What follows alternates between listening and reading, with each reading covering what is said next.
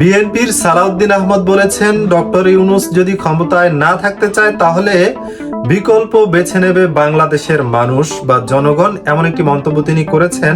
তো তাকে প্রথমে একটা কথা বলে আমি শুরু করতে চাই, সেটা হলো কি, আপনারা যে জনগণের পক্ষ থেকে কথা বলেন, আপনারা কি জনগণের কাছ থেকে অনুমতি নেন?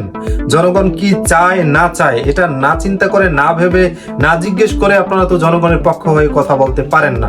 জনগণ তো এখন আপনাদেরকেও চাইতেছে না, আপনাদের অ্যাক্টিভিটি দেখে, আপনাদের সাম্প্রতিক চাঁদাবাজির খবরগুলো দেখে জনগণ আপনাদের চাইতেছে না। জনগণের আপনাদের প্রতি উপর থেকে বিশ্বাস উঠে যাচ্ছে, যার কারণে জনগণ এখন ডক্টর ইউনূসকে চাচ্ছে।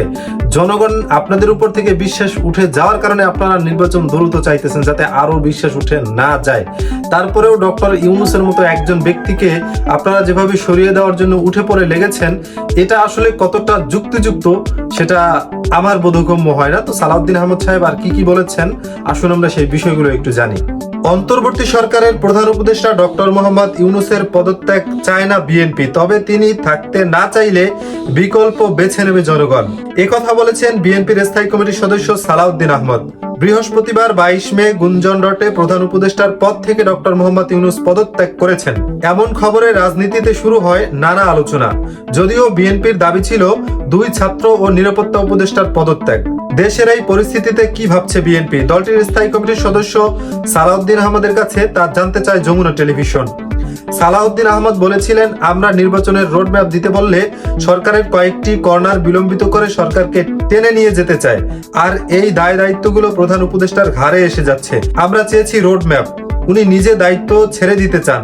রাষ্ট্র পরিচালনায় আবেগের কোনো বিষয় নেই, আবেগতাড়িত কোনো সিদ্ধান্ত নেওয়ার বিষয় নয় এটি। আমরা তো ওনার পদত্যাগ চাইনি, তারপরও উনি যদি ব্যক্তিগতভাবে মনে করেন যে ওনার অসুবিধা হচ্ছে, থাকতে চান না, তখন জাতি সেটার বিকল্প চিন্তা করবে।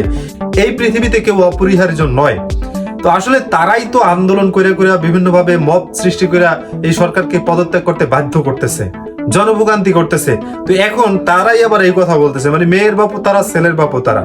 তবে কি অন্তর্বর্তীকালীন সরকার ও বিএনপির মধ্যে বোঝাপড়ার ঘাটতি তৈরি হচ্ছে? সালাউদ্দিন আহমদ জানালেন, দেশে অস্থিতিশীল পরিস্থিতি সৃষ্টি হচ্ছে, তা মনে করে ওনার সাথে দেখা করতে চায় বিএনপির একটি দল, আমাদের বক্তব্যগুলো তুলে ধরার জন্য, আমাদের জন্য।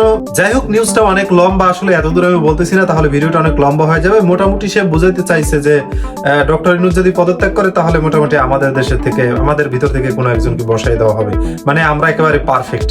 তো তারা এবং তারা 2 ডানা, এরা যে কতটা পারফেক্ট বাংলাদেশের মানুষ এই প্রায় 50 বছর বাংলাদেশের মানুষ দেখেছে।